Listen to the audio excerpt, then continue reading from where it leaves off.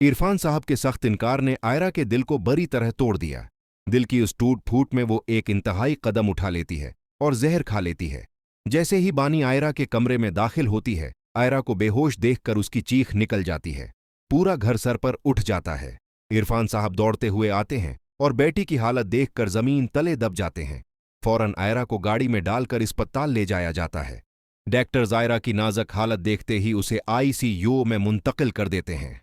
मनीष गुस्से और दुख में इरफान साहब को ताने देती है कि अगर आपने वक्त पर आयरा का निकाह कामयार से कर दिया होता तो आज ये दिन न देखना पड़ता। इरफान साहब अंदर ही अंदर टूट जाते हैं। फलक भी अस्पताल पहुंच जाती है और फौरन कामयार को फोन करके सारी हकीकत बता देती है। ये सुनते ही कामयार के कदमों तले जमीन निकल जाती है। वो अपने घर वालों के साथ फौरन अस्पताल पहुंचता है। गुस्से और दर्द में आसिफ साहब से कहता है कि अगर आयरा को कुछ हो गया तो मैं किसी को मुआफ नहीं करूंगा। इसी लम्हे डॉक्टर आते हैं और कहते हैं कि मरीजा बार बार कामयार का नाम ले रही है। कामयार फौरन आयरा के पास जाता है। होश में आते ही आयरा कामयार को गले लगा लेती है और रोते हुए कहती है, कामयार, मैं तुम्हारे बगैर नहीं जी सकती, मैं सिर्फ तुमसे ही शादी करना चाहती हूं। कामयार अब मजीद इंतजार नहीं करता और मौलवी साहब को अस्पताल बुला लेता है।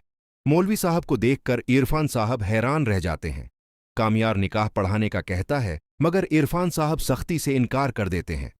इसी वक्त बानी हिम्मत करके कहती है, मैं अपनी बेटी को दोबारा कोई गलत कदम उठाते नहीं देख सकती, निकाह अभी होगा। मौलवी साहब निकाह की तैयारी करते हैं ही कि अचानक कामयार के घर से फोन आ जाता है, दादी बेहोश हो गई हैं। कामयार सब कुछ छोड़कर फौरन घर भागता है और दादी को अस्पताल ले जाता है। होश में आते ही दादी की जबान पर बस एक ही ख्वाहिश होती है, बेटा, मरने से पहले तुम्हारी और आयरा की शादी देखना चाहती हूं।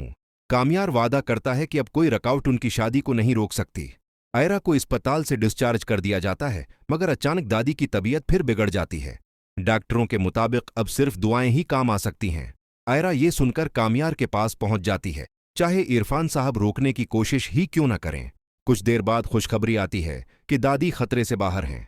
होश में आते ही वो फिर वही बात दोहराती हैं कि आयरा को बहू बनाकर देखना चाहती हैं। आखिरकार वो दिन आ जाता है जिसका सबको इंतजार था। शादी हाल में निकाह की रस्म अदा की जाती है। मौलवी साहब के सवाल पर कामयार 3 बार पूरे यकीन से कहता है, मुझे ये निकाह कबूल है।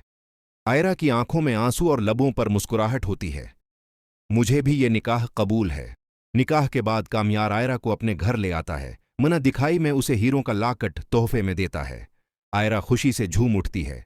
दोनों एक नई जिंदगी के ख्वाब सजाते हैं और मोहब्बत भरी बातों में रात गुजार देते हैं।